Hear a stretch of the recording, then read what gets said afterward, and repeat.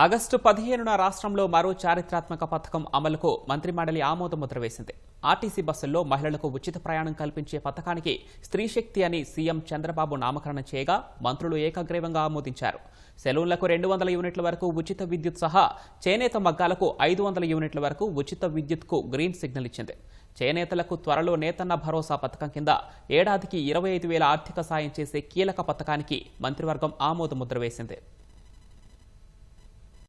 ముఖ్యమంత్రి చంద్రబాబు అధ్యక్షతన అమరావతి సచివాలయంలో సమావేశమైన మంత్రివర్గం కీలక అంశాలపై చర్చించి ఆమోదముద్ర వేసింది. మహిళలకు ఆర్టీసీ బస్సుల్లో ఉచిత ప్రయాణం పథకం అమలుకు రైట్ చెప్పింది. పథకం అమలు వల్ల ఏడాదికి 1940 కోట్ల భారం పడుతున్నా భరించేందుకు మంత్రిమండలి అంగీకారం తెలిపింది. ఉచిత బస్సు ప్రయాణం పథకానికి స్త్రీ శక్తిగా సీఎం నామకరణం చేశారు. ఏటా 142 లక్షల మంది మహిళలు ప్రయాణిస్తారని అంచనా వేసినట్లు మంత్రివర్గం తెలిపింది. అటు ఆటో సంఘాలతో చర్చించి సమస్య పరిష్కరించాలని సీఎం ఆదేశించినట్లు మంత్రి పార్థసారథి తెలిపారు. మహిళలకు ఉచిత బస్సు ఏదైతే ఉందో దాన్ని ఈ నెల 15వ తారీఖు నుంచి ప్రారంభించబోతున్నామని చెప్పేసి చెప్పడానికి సంతోషిస్తున్నామని చెప్పేసి మనం చేస్తాను. ఈ పథకం పేరు స్త్రీ శక్తి. ఈ పథకం ద్వారా ప్రభుత్వానికి 1942 కోట్ల రూపాయలు భారం పడుతుందని చెప్పేసి కూడా నేను ఈ సందర్భంగా తెలియజేస్తాను. సంవత్సరానికి 142 లక్షల మంది మహిళలు ఈ పథకాన్ని వినియోగించుకునే అవకాశం కూడా ఉంటుందని చెప్పేసి ఈ సందర్భంగా నేను తెలియజేస్తాను. ప్రతి ఫ్యామిలీకి కూడా నెలకి 800 నుంచి 1000 రూపాయలు సేవ్ అవుతుందని చెప్పేసి కూడా ఒక ఎస్టిమేషన్. నాయీ బ్రాహ్మణులు నిర్వహించే హెయిర్ కటింగ్ సెలూన్లకు నెలకు 200 యూనిట్లు ఉచిత విద్యుత్ ఇచ్చేందుకు కేబినెట్ ఆమోదించింది. చేనేత కార్మికుల సంక్షేమం అభివృద్ధి కోసం నేతన్న భరోసా పథకం కింద త్వరలో 25,000 ఇచ్చే పథకానికి ఆమోదముద్ర వేసింది.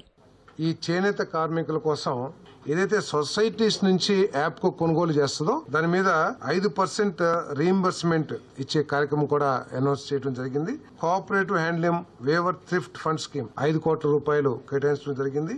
దీనికి అదనంగా నేతన్న భరోసా 25,000 రూపాయలు కూడా ఇవ్వడం జరుగుతుందని చెప్పేసి మనం చేస్తాను.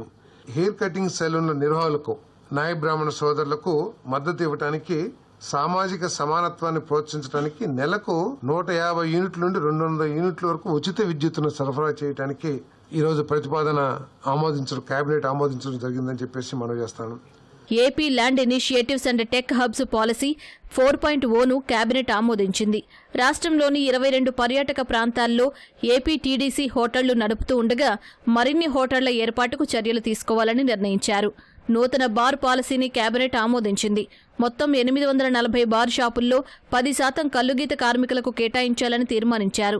మాదక ద్రవ్యాలకు బానిసైన వారి సంఖ్య తగ్గించేందుకు చర్యలు తీసుకుంటున్నామని, బహిరంగ ప్రదేశాల్లో మద్యం సేవించకుండా పర్మిట్ రూమ్లు ఏర్పాటు చేస్తున్నట్లు మంత్రి పార్థసారథి తెలిపారు. ఏపీ ఎక్సైజ్ పాలసీ 2024కు సవరణలో ఈ పర్మిట్ రూమ్లకి పర్మిషన్ ఇవ్వాలని చెప్పేసి పాలసీ అమెండ్మెంట్ చేయడం కోసం ఏదైతే ప్రతిపాదన వచ్చిందో ఆ ప్రతిపాదన కేబినెట్ ఆమోదించడం జరిగిందని చెప్పేసి మనం చేస్తాను. కేబినెట్ సబ్ కమిటీ సిఫార్సుల ఆధారంగా 2025-28 బార్ పాలసీని ఆమోదించేందుకు ఎక్సైజ్ శాఖ చేసిన ప్రతిపాదనకు రాష్ట్ర మంత్రి మండలి ఆమోదం తెలియజేసిందని చెప్పేసి మనం చేస్తాను. దాంట్లో 10% గీత కులాలకి రిజర్వేషన్ చేయడం కూడా జరుగుతుందని చెప్పేసి మనం చేస్తాం. వైసీపీ ప్రభుత్వం తీసుకున్న నిర్ణయంతో 2.5 లక్షల మంది విద్యార్థులు ఇబ్బంది పడ్డారన్న పార్థసారథి జీవో నంబర్ 117లోని లోపాల సవరణకు కేబినెట్ ఆమోదం తెలిపిందన్నారు.